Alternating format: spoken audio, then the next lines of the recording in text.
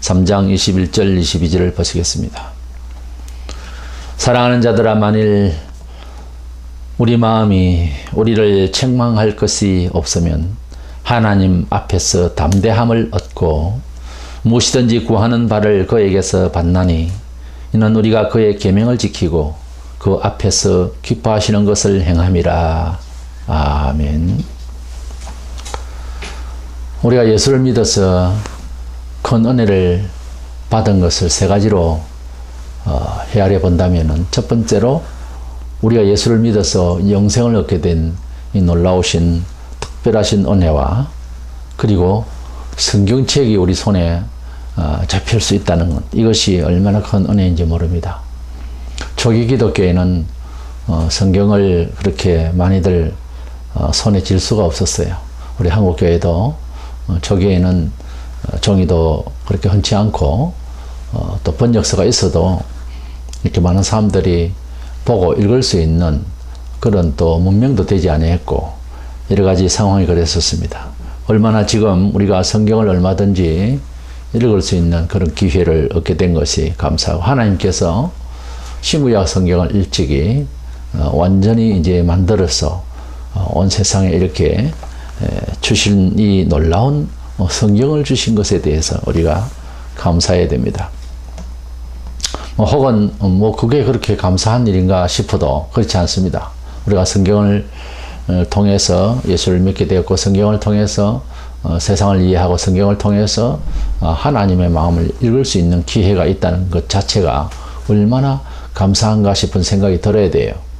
만약 하나님께서 하나님 믿는 사람들, 그런 사람들의 입을 통해서, 구전을 통하여서 하나님을 알게 되는 것이라면은 우리가 사람을 신뢰를 어디까지 해야 되느냐 하는 문제가 있고, 전하는 사람마다 말이 다 다르니까 곤란하게 되잖아요. 하나님께서 당신을 믿는 것과 우리가 어떻게 살아야 됨에 대한 여러 말씀들을 성경에 기록한 것을 우리에게 전수할 수 있도록 기회를 주신 것이 얼마나 감사한지 모릅니다. 이렇게 예수님을 주신 것, 성경을 주신 것, 이것이 특별한 계시요 하나님의 크신 은혜인데, 우리 신앙생활 전반에 걸쳐서 뭐니 해도 가장 또 현실적으로 큰 은혜가 뭔가 하면은, 기도하면 기도한 대로 응답을 하시는, 기적을 베푸실 하나님의 이 언약이 있다는 것, 기도의 응답의 언약이 있다는 것이 아주 큰 은혜입니다. 우리가 일상의 생활에서 문화생활을 해야 될 책임을 부여받았고, 그래서 경제학도 필요하고 여러 사회학적인 것 다 필요합니다. 또는 우리가 미처 하나님을 만나기 전이지만 생각을 하는 어떤 느낌이라는 것, 과학적인 것, 합리적인 걸 넘어서서 사람에게 보통 사람들도 사용하고 있는 영감적인 것도 있습니다. 삶을 살아가는데 종교라는 것도 개입이 되고, 여러 가지 이렇게 우리의 모든 삶에 대해서 가지고 있는 일상에 대한 삶을 사는 데 있어서 도구로서는 모든 것들이 있습니다. 때로는 그것이 운명론도 되고, 의지론이라고도 할 수 있고, 경제학이라도 할 수 있고, 과학철학이라고도 할 수가 있는데, 그런 것들을 통해서 우리 인생이 지금 21세기를 살고 있고 한데, 그동안 살아온 모든 문화에 대한 이런 삶의 방식이 온전치를 못해서 계속 변합니다. 그리고 우리가 만든 과학과 우리가 생각하고 있는 것들이 스스로가 비판을 해야 되고, 또 비판하지 않으면 안 되는 세월의 어떤 흐름에 대해서 더 없죠. 우리 사람이 살아가고 있는 모든 삶이 그렇게 변화무쌍하고 정함이 없어요. 어쨌든 시대의 저를 따라서 우리가 생각을 해야 되고 삶을 또 그렇게 살아가야 하는 처지지만은, 우리가 하나님을 만났을 때에는 입장이 다릅니다. 하나님을 만나서 살아가는 법칙은 경제학이나 과학이나 또는 어떤 철학, 이런 것을 제압하고 그런 데 대해서 우리가 매이거나 불안을 느끼는 것을 초월해서 하나님께서 그 모든 것들을 책임지시고 역사하시는 그런 영적인 역사가 있는 것이죠. 그것이 바로 우리가 기도로서, 하나님의 말씀을 통해서 기도로서 세상을 살아가는 처세, 아주 특별하고도 새로운 길입니다. 문제는 우리 교인들이 예수를 믿으면서 하나님을 믿는 것 또는 신을 대상으로 하나님이라 그러고 우리를 구원하신 예수 그리스도의 십자가의 속죄를 믿고 그까지는 좋은데 그래서 영생을 취하는 그까지는 좋은데 삶 자체에 대해서 누차 성경에는 그런 믿음의 원칙 아래에서 삶을 살아가는데 기도하라고 하는 내용이 너무 많습니다. 예수께서 처음에 긴 설교를 산상수훈이라고 그러죠. 산상보훈이라도 그러고 감람산 위에서 제자들 놓고 긴 설교를 마태오 5장, 6장, 7장 대체로 아주 긴 설교입니다. 이 초기에 주신 그 설교 중에서 아주 기도에 대해서 한 장을 다 차지해요. 기도를 하라고. 그렇게 하나님을 만났으면 이제 기도 생활이 필요하다는 거죠. 아주 필수적이고 어쩌면 종교가 기도입니다. 사실은 어쩌면 신앙이 기도와 비례해요. 기도를 하지 아니하고 그냥 하나님에 대해서 그렇게 알고 있다라고 하는 정도로 있으면 그것은 정말 하나님의 자녀라고 하는 처지가 하나님의 자녀라고 하는 정체성을 발휘하는 데는 미흡하다는 거죠. 스스로도 그렇지만 남들이 인정할 수가 없는 상황이 되어버려요.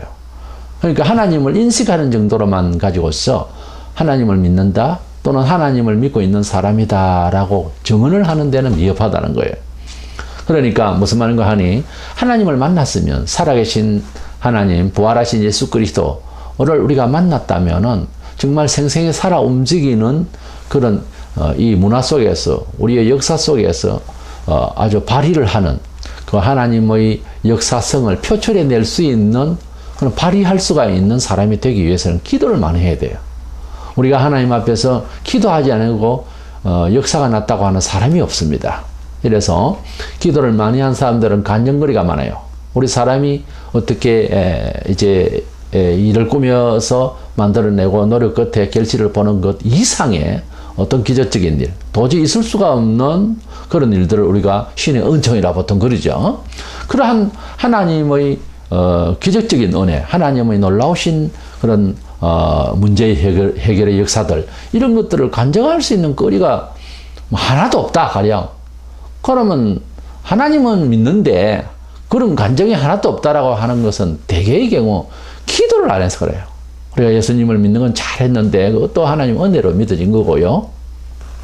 그 위에 아무것도 없다는 것은 생각을 우리가 깊이 반성을 해야 되겠죠.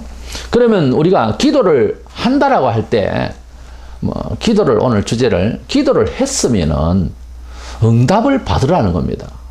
기도를 했는데 기도를 하라 해서 했고 또 기도를 하고 싶어서 했는데 그 기도의 결과가 뭐냐 이거예요. 우리가 어떤 하나님 앞에서 간구가 있었고 소원이 있었단 말이에요. 상당한 시간과 상당한 세월 어간에 하나님 앞에서 마음속에 그런 소원을 가지고 계속 기도를 하고 있고 사실 소원이 기도예요. 소원 없는 것은 기도도 아니죠. 간절함으로 소원을 하고 늘 항상 묵상하면서 하나님 앞에서 그런 소원을 마음에 가지고 있다. 그것이 기도예요. 그렇게 가지고 있다가 죽어버렸다 하면 이게 지금 문제가 있죠. 근데 그런 소원을 가지고 있으면 기도가 되고 또 기도를 했으면 응답을 설명할 수 있어야 돼. 다른 사람들에게. 그렇지 않으면은 그것은 그 신앙생활이라는 것은 아무런 소망이 없었다는 거예요. 믿음, 소망, 사랑 이 세 가지 항상 있어야 된다고 그랬어요. 어떤 소망을 가지고 무슨 간구가 있느냐 말이에요. 주일날 교회 와서 하나님 안 만날 수가 없고 안 나갈 수가 없어서 교회에 나왔다. 그런 사람들이 참 많거든요. 그건 신앙생활 아닙니다. 사실은. 할 수 없어서 나오는 거잖아요. 하나님께서 할 수 없어서 나오라고 한 적은 없어요. 그 나왔으면 우리가 무슨 간구가 있어야 되는데 예배 드리고 좋은 교훈같이 듣고 돌아가서 내 알아서 산다는 거예요. 그 내 알아서 살아도 살아요. 금세 안 죽습니다. 예수 믿는 사람들도 저 북한에도 사람은 살아요. 어떻게든지. 그 사람이 산다고 사는 게 아니라 이 말이죠. 하나님께서는 우리 사람이 살아가고 있는 21세기까지 살아온 모든 저수를 바꿔놓겠다. 편하게 해주겠다. 직선 코드로 가게 해주겠다. 빠른 걸음으로 가게 해주겠다. 라고 하는 거죠. 컴퓨터 같으면은 업그레이드를 시켜서 아주 최상으로 만들어주겠다 이 말이에요. 그거 다 좋아하면서 왜 하나님 앞에 간구하고 하나님 앞에 신앙으로 이 세상을 처술할 수 있는 그런 걸 생각하고 발휘하고 이용을 해보려고 하지 않느냐 그 말이에요. 그건 내 말이 아니고 하나님께서 그러고 있다 이 말이죠. 그래서 교회 왔다가 가면서 생각은 세상적으로 생각을 하는 거예요. 오늘 예배했다. 오늘 1월이니까 놀러 가자. 1월이 아닙니다. 주의 날입니다. 주일입니다. 그래 버리니까 이원론적이라고 그러죠, 보통. 하나님을 믿는 것은 예배당에 가서 믿고, 그 다음 일주일 동안 이 사회를 살아가는 데는 똑같이 불신자와 함께 고민하고, 화내고, 저술하고, 재주 부리고, 이래 버리면은, 하나님께서 언제 기적을 그와 함께 해서 베풀 수 있는 기회를 우리 하나님께서 주시겠느냐고 말이에요. 그렇기 때문에 우리가 기도를 어쨌든 많이 해서 기도의 그 응답에 대해서 간증할 수 있고, 기도의 그 응답대로 살아가는 맛을 계속 이제 받아야 우리가 참 신앙생활을 한다, 이렇게 객관적으로 사람들이 인정할 수 있는 사람이 돼야 되거든요. 그렇다면 첫 번째로 하나님께 기도할 때에 기도의 준비 자세가 있어야 됩니다. 첫 번째로는 죄를 회개하는 아주 습관적인 생활이 있어야 돼요. 죄 회개가 우선이에요. 기본적으로 하나님의 아들 예수 그리스도를 믿지 아니하고 하나님께 기도한다고 하는 것은, 이것은 무효입니다. 안 되는 이야기예요. 그런 사람이 교회에는 얼마든지 있을 수 있어요. 그것을 보통 기복신앙이라고 그래요. 그러니까 예수 그리스도를 나의 생명의 주님으로, 근본적으로요, 예수님을 믿는다는 말은 사실 철학적으로 말해서 인생의 모든 걸 맡긴다는 뜻이에요. 주라는 말이 주인주자거든. 예수님이 나의 주님이다, 구주로 믿는다, 그리스도를 믿는다는 말은 의식 자체가 그래야 돼요, 원래. 이렇게 내 가정 통째로 주님이 주인이시다, 그렇게 믿고 사세요? 진짜 그것이 예수님을 구주로 믿습니다는 고백의 내용이에요. 낭만적인 무슨 이런 내 무슨 철학적인 뭐 뇌에 잠시 한쪽 편에 있는 예수 그래 기억하고 있습니다, 이런 뜻이 아니에요. 온 마음과 정성과 뜻이, 그러니까 내 생애의 통째로 주님이 나의 주인이시다, 이런 뜻이에요. 내가 다니는 직장, 나의 몸 자체, 나의 모든 걸려있는 것들이 주님이 주인이시다, 이런 생각을 가지고, 뿌리를 가지고 뭐든지 생각을 하고 이러는 삶의 자세를 가진 자가 예수님을 구주로 믿는 자의 그 내용이에요. 많은 사람들이 오해를 한다고요. 예수님을 공중에 떼어놓고 내가 기억하고 있는 나의 주님이라고 하는 기억 속에서 그저 뭐 귀중한 인물로 이렇게 생각을 하는, 그것은 예수님과 진정한 관계를 맺은 사람의 정신이 아니에요. 예수님을 구주로 믿지 아니하고 기도를 한다? 그건 아니에요. 성경에서 예수님을 구주로 믿는 것은 회개의 기본이고 회개라고 되어 있어요. 예수님을 나의 구주로 믿는 것은 모든 세상의 여러 각자가 가지고 있는 신들을 버리고 주님을 선택하는 거거든요. 정말 체인지한 거거든요. 회개라고 하는 것은 바꾸는 거예요. 회개라고 하는 것은 하나님께로 향하는 거예요. 그러니까 제일 큰 회개가 뭔가 하면은 그 모든 것들이 죄라는 거죠. 하나님을 떠나서 다른 것을 찾는 것 자체가 불효요 죄 아닙니까? 하나님 앞에. 그러니까 그것을 다 버리고 예수님을 내 구주로 믿는 그것부터가 회개한 거예요. 그러니까 회개를 했다고 할 때는 기본적이면서도 본질적인 회개가 뭔가 하면은 예수님을 나의 주님으로 내 죄를 위하여 돌아가신 분으로 아주 확실히 받아들이는 거예요. 그럼 죄에서 우리가 유쾌하게 다 벗어날 수 있죠. 근데 예수님을 구주로 믿는다면서 교회 나가지고 걱정이 태산이고 또 돌아가서 세상적으로 살아버리고, 이게 예수님을 지금 구주로 믿는 것 아니거든요. 예수님을 구주로 믿는다는 것은 도덕적인 정도에서, 윤리적인 정도에서 훨씬 넘어서는 이야기예요. 예수님을 내 생명의 주님으로 받아들이라고 하는 하나님 놀라우신 은총을 말하는 거예요. 우리가 수도에 물을 들어가지고 물 쫙 나옵니다. 큰 이제 뭐 탱크에 물도 확 나올 수가 있고요. 저수지에 물을 열면 물 엄청난 여러 수백 톤이 한목에 넘어갈 수가 있죠. 엄청난 물이죠, 물론. 사람이 만든 것도 엄청난 물이 막 쏟아지는 겁니다. 우리가 이제 물이 귀할 때 그렇잖아요. 물 서로 받기를 원하고 물이 많이 흐르면 얼마나 좋겠어요. 하나님께서 소낙비를 확 세상에 주실 때와 사람이 만든, 과학적으로 만든 것에 물을 준비한 것을 쏟아붓는 거하고 비교를 해보세요. 안 된다. 물이 만약에 우리의 삶에 있어서 어떤 필요한 충분 조건이다. 그랬을 때에 사람이 만들어내는 것도 대단하긴 대단하죠. 많이 만들어 놓으면 과학적으로. 그렇지만 하나님께서 하늘에서 소나비를 막 때릴 때에는 비교가 되겠어요?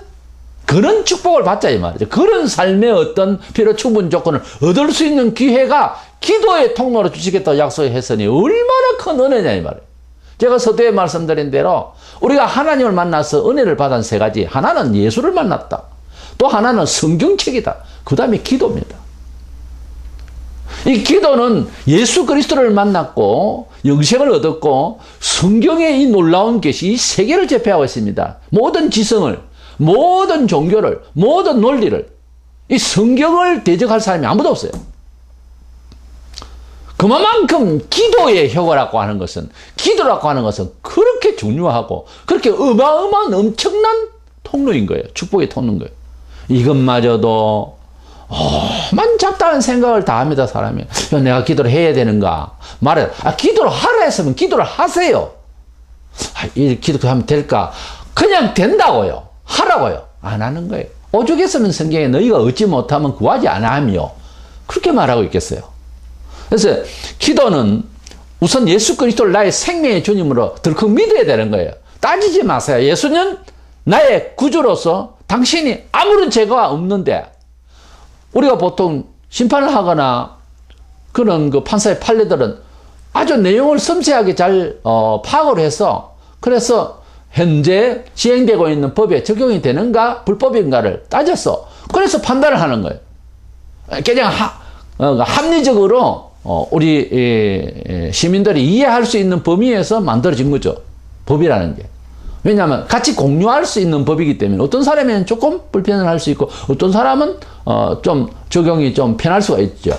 그렇지만 한쪽으로 치우칠 수 없으니까 차 같으면 중앙선을 두고, 예, 이렇게 이제 오가게 만든 이런 같이 공유해야 되는 사회적 법이란 말이에요. 그런데 예수님은 역사 속에서 십자가에서 왜 죽었느냐? 그걸 따져보세요. 이게 판사의 판례대로 예수님이 십자가에 돌아가시는 것이 정당한지에 대해서 따져보자 말이에요. 그건 답이 없는 거예요. 마찬가지입니다. 우리가 예수님을, 그런 분을 믿고 용서함 받고 축복을 받는 길을 가는 것도 세상적으로는 썩 그렇게 답이 없어요. 세상적으로 적절히 설명할 수 있는 것도 아니에요.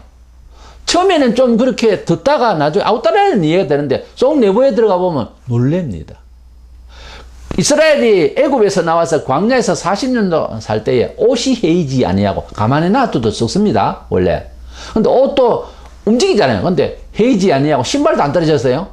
신발도. 공장에서 가지고 신발을 살 수가 있는 건 아니에요. 신고 나면 그것이 안 떨어진 거예요. 그리고 하늘에서 음식이 떨어졌어요. 만나라고 하는 말을, 야, 이게 뭐지? 이 감동이 되어서 What is this? 이렇게 되어 있어요, 번역이. 이게 뭐지? 만나라고 하는 것이 손가락 굵기만한 이런 것들이 하얀 색깔로 이렇게 떨어져 있는데 이게 뭐냐, 이게 뭐지? 어떤 모양을 비추어서 이것은 과자다 이렇게 할 수가 있겠지만 그 감동이 음식의 만나에 이제 맞자면 이름을 부여한 거죠. 이게 뭐지? 이게 뭐야? 요즘 뭐 흔히 써 대박이다. 어떻게 이런 일이 벌어졌는지. 이거를 경제학적으로 설명이 됩니까? 죽은 사람을 살리신 예수, 썩어서 냄새가 나는 죽어서 날이 된 이런 썩은 냄새가 나고 있는 나사로를 나사로야 나오라 이렇게 부를 때에 사람들이 무슨 생각을 하겠어요? 죽은 사람 보고 뭔 소리 하느냐? 죽어서는 못 듣는다 딱대가 있잖아요. 우리의 생각은.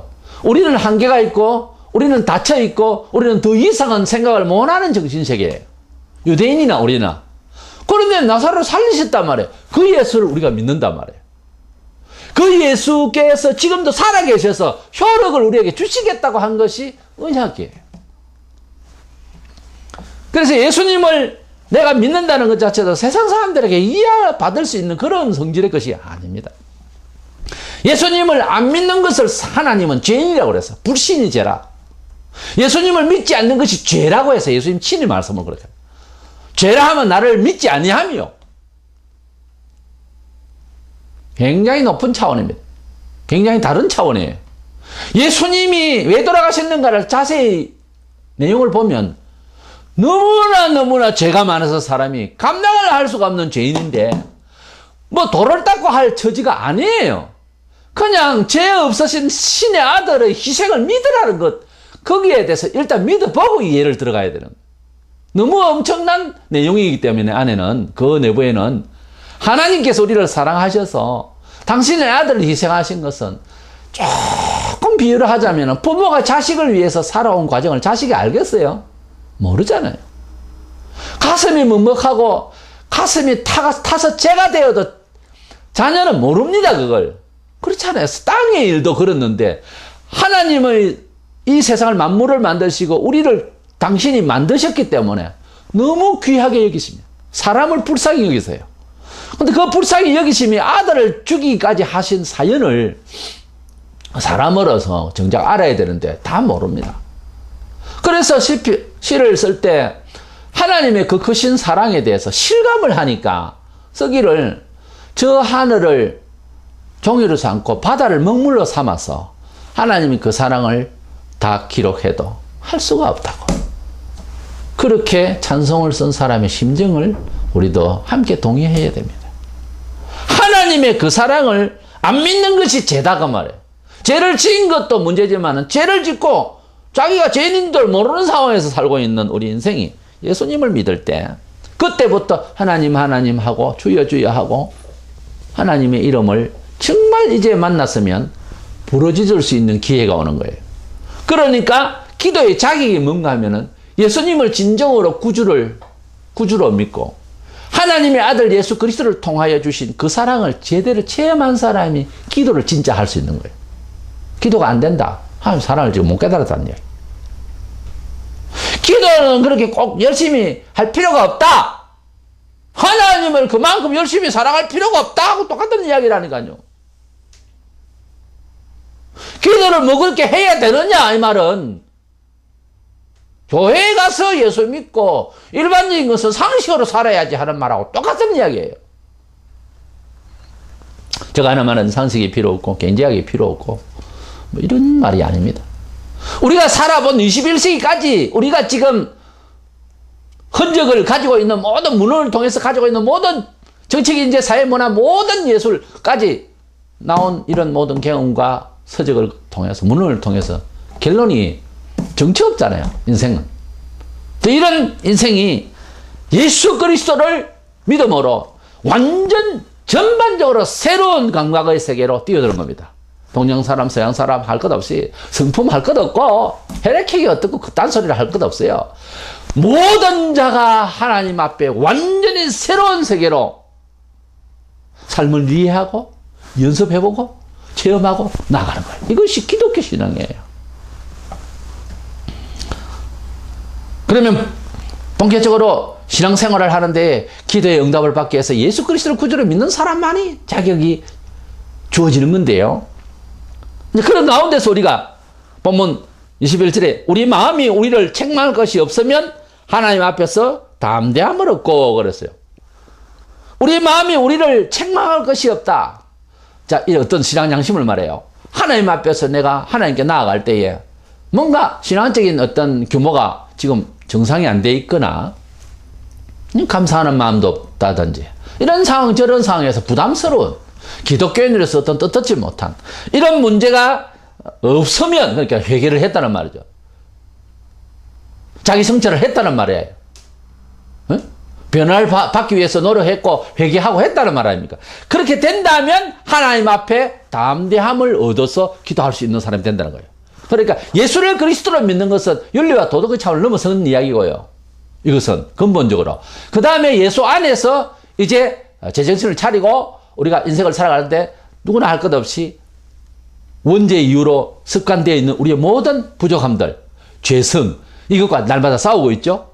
근데 하나님 앞에서 나아가는데 기본적으로 내가 양심적으로 뭐 잘 못돼 있을 때에 부담이 있으면은 기도가 잘 안 됩니다.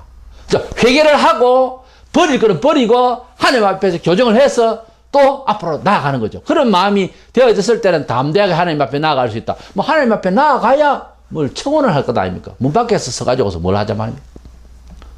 우리가 기도를 한다는 말은 바로 앞에서 청혼을 한다는 이야기예요. 뭐 얘기를 드리려고 하면 앞으로 나아가야 될 것 아닙니까?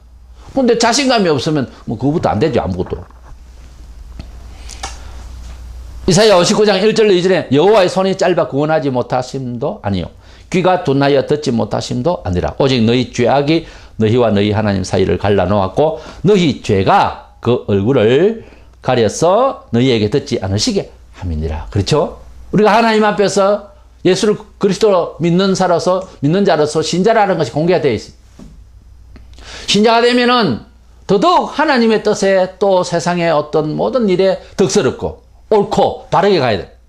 근데 그것이 완전치 못하잖아요. 늘 항상 깨어지고 쓰러지고 넘어지고 실수하고 이렇게 되면 이렇게 되어지는 우리 자신이 하나님 앞에서 회개하고 우리 하나님과의 관계가 원만하게 될 수 있도록 마음을 만들어 놓으면은 하나님 앞에 나아가는데도 부담이 없고 하나님께서 그 기도를 들으시기에 기뻐하시는 거예요. 근데 우리가 기도를 해도 안 되고 우리가 신앙생활을 1년이다 3년이다 10년이 돼도 변화가 없는 것은 뭔가 가려져 있는 거예요. 뭔가 하나님을 바로 면대하고 청원하는 데 있어서 앞에 뭔가 가려져 있다. 뭔가 애로사항이 있는 거예요. 그것은 하나님의 특별하신 뜻 아닌다면 거의 99.99%가 우리 사람이 만들어 놓은 죄 때문에 가려져 있다. 이렇게 되어 있는 거예요. 그러니까 우리가 하나님 앞에서 기도를 했으면 응답을 받아야 되는데 문제는 첫 번째로 이 죄를 회개하는 이것이 우선이라는 거예요. 죄를 회개하지 않으면 우리가 기도를 해도 하나님께서 안 들어주십니다. 아니 기도가 연속이 안 돼요. 그래서 기도 안 해서 기도를 하고 3일 금식을 하겠다 그러고 작정 기도를 하고 기도를 이제 시작한다. 그래서 무슨 이제 기도 제목이 있어서 그것을 놓고 이제 기도를 한다. 웃기죠? 기도를 무엇을 응답을 받기 위해서 기도를 하기 시작했는데 한참 하다 보면 회개가 먼저 됩니다. 모두가 경험하는 일이에요. 그러니까 뭔가 하면 진정으로 기도의 응답이 이제 시발이 되고 하나님께서 기뻐하실 기도를 받으시려고 하면요. 바로 회개가 먼저다. 그러니까 무슨 사안을 놓고 기도하기 전에 먼저 회개부터 먼저 아예 먼저 시작을 해야 되는 거예요.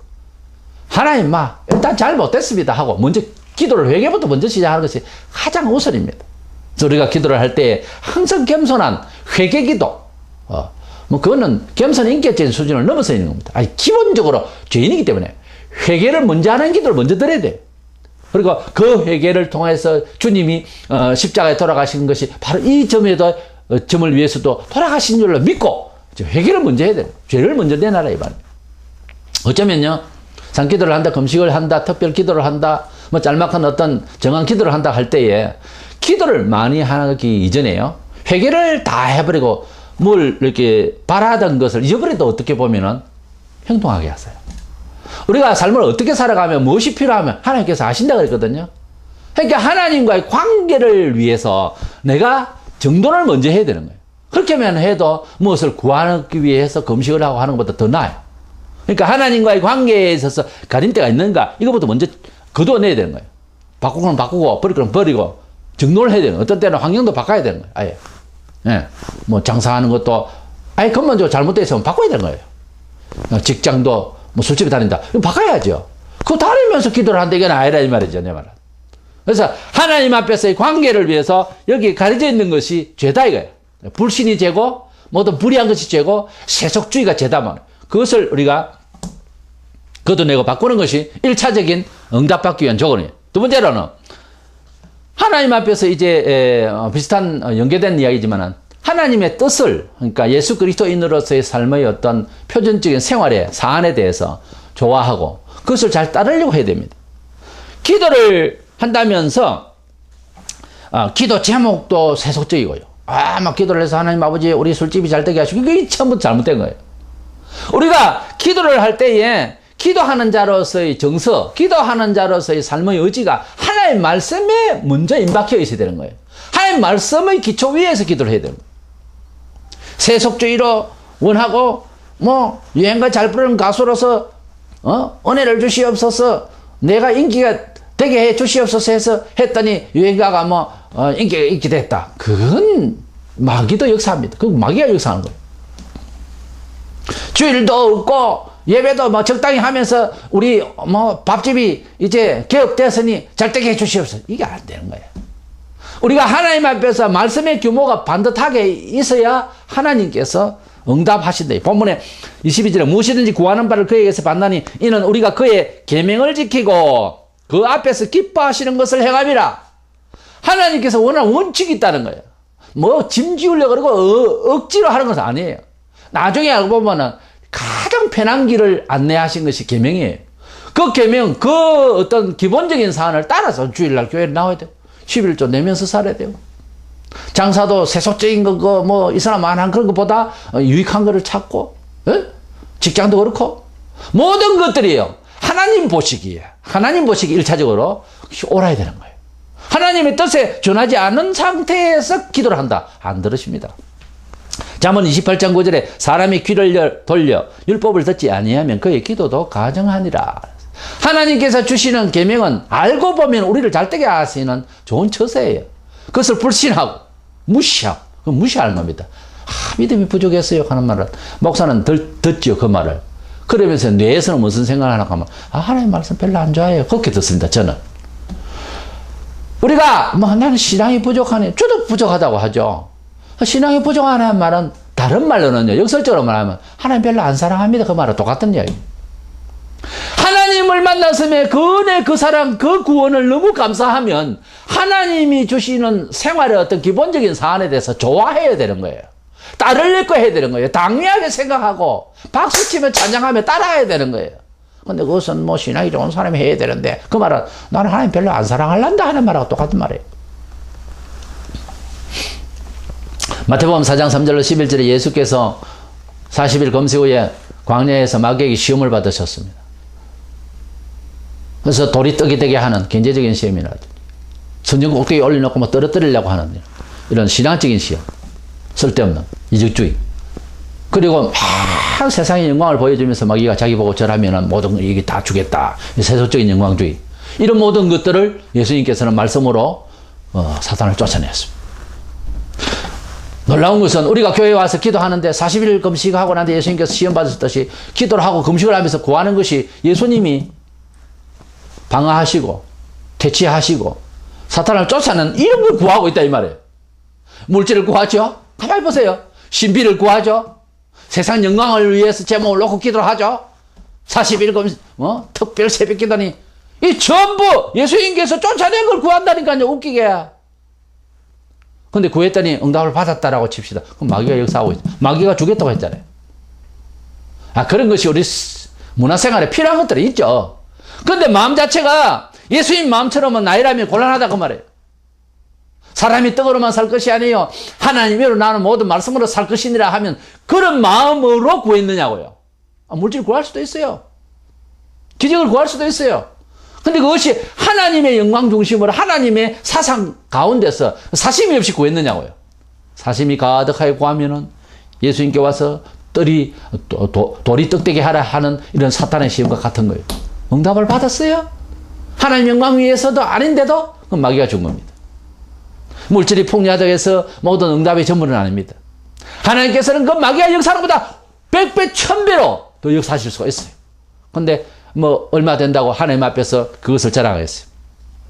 우리가 하나님 앞에서 우리 자신이 가지고 있는 모든 것들에 대해서 먼저 감사하고 무엇을 구할 때에는 반드시 하나님의 뜻 규모 안에서 하나님 말씀대로는 직장이나 장사나 상황이 아닌데 무엇을 구한다. 이것은 잘못된 거죠. 그래서 우리가 응답을 받기 위해서는 죄가 이제 해결되는 것이 우선이고요. 그 다음에 하나님의 뜻대로의 삶의 규모를 분명하게 만들어 놓고 시작해야 돼요. 지금 기도도 안 했습니다. 봉사도 안 했습니다. 아무것도 안 돼 있습니다. 서리 집사도 아닙니다. 아무것도 아닙니다. 그렇습니까? 술 장사하던 취업 버렸습니까? 바꿨습니까? 밥 장사하면서 술 안 팝니까? 주일날 성수하기 위해서 완전히 규모를 바꿨습니까? 응답이 시작됩니다. 풀린다고요. 풀리게 돼 있어요. 평신도입니까? 왔습니까? 집사와 장로와 권사가 부끄러워할 정도로 하나님께서 막 역사하십니다. 기도를 별로 안 했습니다. 규모를 바꿨습니다. 말씀대로 살려고 했습니다. 11조로 꼬박꼬박 냅니다. 헌금을 합니다. 그것도 매여서가 아니고 감사해서 합니다. 전도를 합니다. 하나님께 모이는 데는 무조건 하고 참여합니다. 기쁜 마음으로. 풀립니다. 풀립니다, 일이. 그러면 응답은 세 번째로 어떻게 임하는가? 두 가지로 임합니다. 우리가 응답은 두 가지로 하나님께서 주시는 지혜의 응답이 있고요. 그 다음에 기적이 있습니다. 그 먼저 지혜라고 하는 것은 깨닫는다는 얘기예요. 지식은 어떤 사물이나 사건에 대한 바른 동작의 지식을 말해요. 과학적인 것을 말하죠. 그래서 그것을 이해하고 그것을 사용할 수 있는 것을 지식이라고 해요. 근데 그것을 이해하고 사용할 수 있는 그 사용처가 어디를 향해야 되는 것이며 우리 인생을 사는데 어떠한 영향을 주는 것인가 하는 것이 지혜예요. 지혜는 삶의 근원을 말하는 거예요. 그 목적에 대해서 바로 이해하는 거죠. 그래서 하나님께서 기도를 하게 되면은 주시는 첫 번째 은혜가 자기 자신의 행편 자체에 대한 자기 정체성이 자기가 가지고 있는 것이에요. 자기 몸, 자기 가족, 자기 현세에 대해서 하나님이 지금 어떻게 인도하실까 하는 시작을 하는 거예요. 그러니까 자기 자신에 대한 처지를 바로 깨닫는 것이 제일 첫 번째 기도의 기적입니다. 기도를 하고 하나님한테 뭘 달라 그러고 근데 남이 볼 때는 그거보다 10분 1도 안 가진 사람은 다른 걸 구해요. 하나님 아버지 착하게 해주세요 했는데 이 사람보다 훨씬 10배 더 많은 물질을 가지고 있는 사람 무엇을 달라고 막 기도를 한다고 칩시다. 뭐 그럴 수도 있는데 그런데 10배를 가진 사람은 기도를 해도 응답을 못 받았네 그러는데 10분 1도 안 가진 사람은 기도를 은혜를 받고 기쁘고 간증할 거리가 있다 라고 할 때에 이제 새로 생각해야 되지 않겠어요? 이것은 기도의 응답이라고 하는 것은 자기 자신에 대한 처지에 대한 바른 이해가 정착이 돼야 이제는 바로 하나님의 뜻대로 이제 앞으로 나아갈 수가 있고 평강을 받을 수가 있어요. 그럼 내가 하나님 앞에서 어떻게 이해되어야 되느냐, 내 자신이 스스로 자기 정체성에 대해서 환하게 알아야 되는 거예요. 사실은 하나님의 백성이 된다는 말은 인간 실존에 대해서 자기 자신의 존재에 대해서 진짜 제대로 아는 거예요. 알면 어떤 걸까요? 공유하고 있는 부분 바로 죄인이라는 겁니다. 연약하다는 겁니다.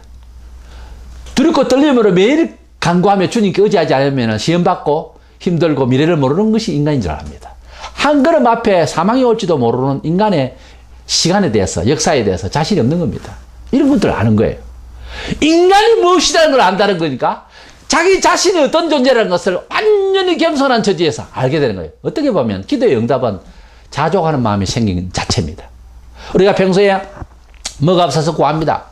우리가 평소에 뭐를 달라고 기도합니다. 그런데 정말로 응답은 자기 자신이 가지고 있는 자체에 대해서 놀라운 힘이 일어나는 거예요. 분명히 숫자로 치면은 7이라는 숫자인데 이제는 17이 되고 27이 되는 기분이 되는 거예요. 기분이 없다는 거예요. 그리고 그렇게 이용도가 있을 어떤 가치를 깨닫게 되는 거예요. 사람이 불만을 하면 가져도 마음에 부여가 없어요. 그렇잖아요. 그러니까 자기가 어떠한 사람인가에 대해서 이상한 힘이 발휘되는 거예요. 작은데도 힘이 발휘되는 거예요. 떡다새가 물고기 두 마리가 주님 앞에 손에 잡혔을 때는 놀라운 기적이 벌어졌어요. 우리가 하나님 앞에서 뭔가 잡히면은 물맷돌로 가지고서 다윗이 골리앗을 치듯이 하나님 앞에서 뭐가 잡히면 자기가 가지고 있는 바가 큰 힘을 발휘할 수 있다라고 하는 개념이 있어요. 그것이 기적이에요. 근데 대개의 경우 우리는 햇빛을 주시는 하나님, 빗물을 주시는 하나님, 그런 생각을 가지고 들을 보고 뭐 공중에 나는 새를 봅니까? 아니거든요. 그랬는데 캄캄한 날에 애굽에서 그런 저주를 받았듯이 또는 햇빛이 없고 막 3년 동안 말라버리면 비가 얼마나 기적같이 보입니까? 그렇죠? 물이 없다가 물이 솟아오르면은 얼마나 기적같이 보입니까? 평소에 우리가 늘 기적 속에 살아요. 기적 속에 살아요. 무슨 죄를 짓고 감옥살이를 하는데 감방에서 지하 골 같은 데서 만약에 한 달만이라도, 한 달이 뭡니까? 일주일만이라도 햇빛을 못 보고 있다가 나와보세요. 햇빛이 그냥 햇빛이 아니죠. 천사들의 찬송과 함께 비칠 것 같아요. 그렇잖아요. 사람이 금식해 볼 만해요. 사흘만 금식하고 죽을 먹어보세요. 뭐라고 해야 되겠습니까? 그 맛이 너무너무 맛있습니다. 반찬 투정을 해요. 굶겨보세요. 깨끗하게 해결됩니다. 우리가 하나님 앞에서 기도의 응답에 대한 제일 첫 번째 은혜가 무엇일까? 자기 존재에 대해서, 자기 현실에 대해서, 자기의 처지에 대해서 다르게 이해되어진다는 거예요. 그것은 수도자의 어떤 자기만족 이런 것이 아니고 정말 하나님께서 영으로 함께 하시면은 떡 5개 물고기 2마리밖에 안 되고 물맷돌밖에 안 되고 사사상가에 지팡이밖에 안 되는데 역사를 할 수가 있다라고 하는 생각이 든다 이 말이에요. 그 생각이 굉장한 겁니다. 그것은 억지로 긍정적 사고방식이니 그런 말을 쓰긴 한데 말하자면 그렇게 된다는 거죠. 대단한 힘으로 작용해요 그게. 그래서 가진 것은 적은데 행복하고 힘있고 앞으로 나가는데 지치지 않고 막 이렇게 돼버려요. 그러니까 첫째 응답이 뭔가 하면 지혜를 받는 거예요. 하나님께서 지혜를 주셔야 돼요. 이스라엘의 셋째 왕 솔로몬이 다윗이 부친이 죽고 난 뒤에 1000번제를 드리면서 1000마리를 드렸어요. 1000번제를 드리면서 거기서 너무 지치도록 기도하다가 이제 졸음이 와서 잤는가 봐요. 꿈속에서 하나님께서 응답하시는 거죠. 뭐든지 막 다 구하면 받겠지만 하나님이여 내 부친처럼 이 많은 백성들이 이렇게 생겼고 엄청난데 잘 지도할 수 있는 지혜를 주십시오. 그래서 솔로몬이 물질을 구하지 아니하고 영예를 구하지 아니하고 지혜를 달라고 그랬어요. 그러니까 그 지혜를 달라고 해서 어떻게 하면 하나님 뜻대로 잘 인도하겠습니까? 그 말이죠. 그걸 하나님 마음에 딱 맞게 드시고 기분 좋게 여기시고 그에게 지혜뿐만 아니라 지혜도 엄청 주시고 물질을 그 당대의 모든 세상의 왕들보다 따라올 수 없을 정도로 그렇게 많은 지혜를 주셨어요. 서바 여왕이 소문을 듣고 얼마나 지혜롭게 왕이 통치를 하는지 왔었어요. 많은 물질을 가져왔는데 당대에 이제 접견하는 사람들 중에서 최고 많이 가져왔다 그랬어요. 서바 여왕이. 근데 가져와서 이제 청계를 오르면서 이 분위기 모든 것들을 이렇게 궁을 보면서 너무 놀라서 우리말로 번역을 하자면 정신이 하나도 없다 그럴 때가 있어요.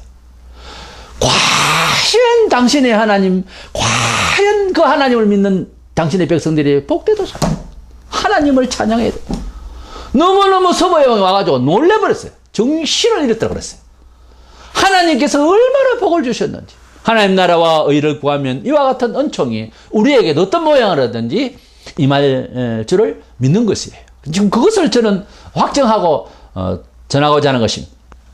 야고보 1장 5절에 너희 중에 누구든지 지혜가 부족하거든 모든 사람에게 후히 주시고 꾸짖지 아니하시는 하나님께 구하라 그리하면 주시리라. 우리가 첫째로 성령의 은사로서 받는 것이 지혜의 은사예요. 사실은 우리가 기도를 많이 해서 응답받는 결론이면 그 성령에 충만합니다. 누가 보면 11장 13절 성령을 주시지 않겠네 구하는 자예요. 성령을 받았다는 말은 뭐를 받았다? 지혜의 은사를 받았다. 이해를 한다. 이게 바른 이해를 제대로 된 이해를 하고 보니 너무 귀가 열리고 눈이 열리고 너무 좋다는 거예요. 너무 힘난다는 거예요. 세상 사람들이 볼 때는 뭐 그거 가지고 뭐가 힘이 나니? 떡 5개 물고기 2마리 뭐 할 건데? 응? 물맷돌 가지고 뭐 할 거야? 이런 눈으로 계속 보겠지만 우리는 하나님 앞에 딱 잡히면은 하나님께서 적을 붙여주시면은 무조건 이겼어요. 이스라엘 백성들이. 그와 같이 하나님 앞에 우리 자신이 가지고 있는 작지만 장하나 마나나 그것이 하나님의 손에 딱 잡힌 것이 보이면 힘이 나는 거예요. 놀라운 힘이 나는 거예요. 행복한 거예요. 능력이 발휘되는 거예요. 바로 지혜를 받아야 됩니다. 두 번째로는 현실적으로 지혜의 은사보다 조금 못한 건데 사실은 이쪽에 사람들이 관심이 많죠. 현상적인 겁니다. 기적이 일어나는 겁니다. 불치병이 나고 놀라운 사배 이제 부흥이 일어나고 어떤 안 되는 도저히 풀리지 않는 문제가 아주 간단하게 풀리는 놀라운 지혜 이런 것들을 기적을 받을 수가 있는 거죠. 문제의 해결을 받을 수 있다는 거지. 모든 면에 있어서 우리가 생활하는데 필요한 것들을 우리가 하나님 앞에서 받을 수가 있는 은총을 받는 것이죠. 이런 기적이 있죠. 마가복음 9장 23절에 예수께서 이러시되 할 수 있거든이 무슨 말이냐. 믿는 자에게는 능치 못할 일이 없느니라. 그냥 하나님 앞에서 뭐 못할 것이 없다는 거죠. 이사야 55장 8절 이는 내 생각이 너희 생각과 다르면 내 길은 너희 길과 다름이 있니라. 여호와의 말씀입니다. 하나님의 길, 하나님의 차원은 하나님의 방식은 광대에서 하늘과 땅 차이입니다. 우리가 땅에서 아무리 물을 만들고 하더라도 하늘에서 비를 주시지 않으시면 할 수가 없어요.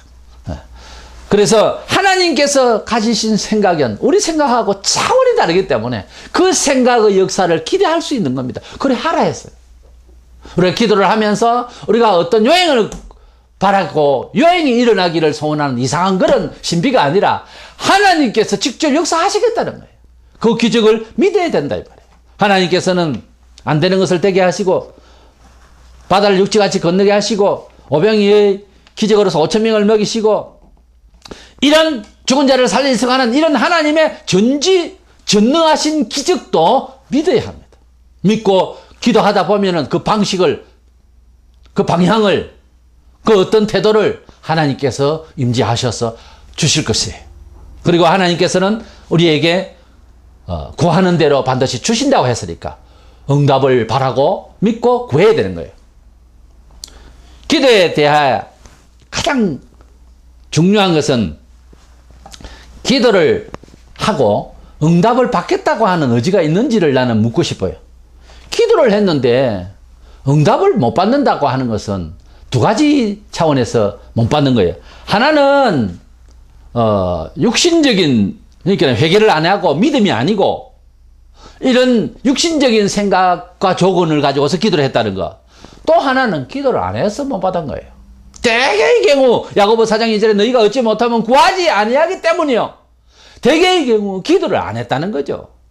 기도 응답이나 기적에 대한 것, 그리고 자기 삶에 대해서 감사함을 간증을 하는 사람들 보세요. 많이 기도했어요.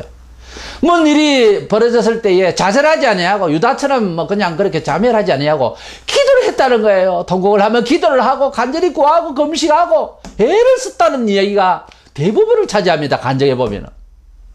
그냥 된 일이 하나도 없죠.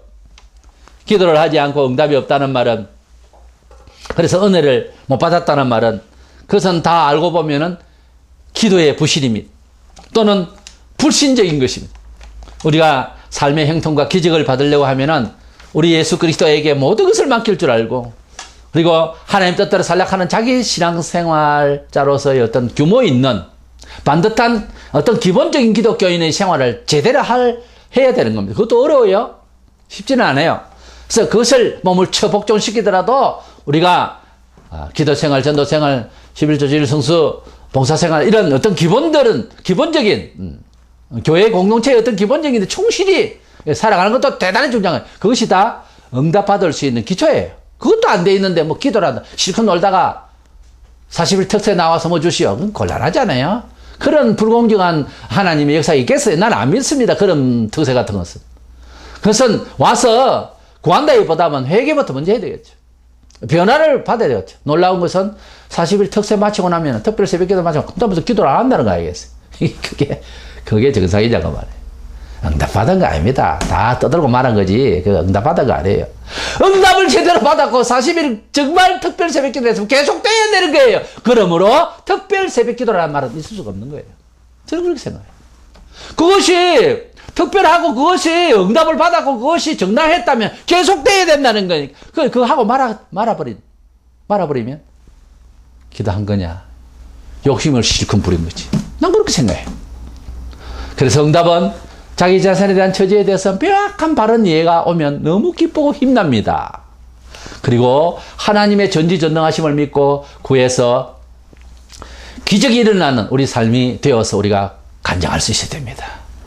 오늘 우리는 기도를 했으면 응답을 받으라. 이 주제를 꼭 기억하시면서 내가 응답이 없는 사람이다 라고 하는 말은 두 가지로 잘못 기도했다든지 아니면 기도를 안 했다든지 이 둘 중에 한 가지입니다.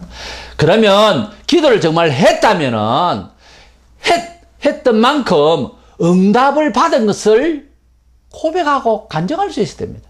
기도는 줄기차게 했다는데 아무런 응답에 대한 간증이 없다. 곤란한 거예요. 기도를 많이 해보니 뭐 다른 특별한 일은 없어도 집안이 편하다. 그거 응답이에요. 제가 전도사 때 신방을 갔는데 어떤 큰 교회에 있을 때에 어떤 집사님이 전도사님 저는 아무런 집안에 특별한 일은 없어요. 그런데요.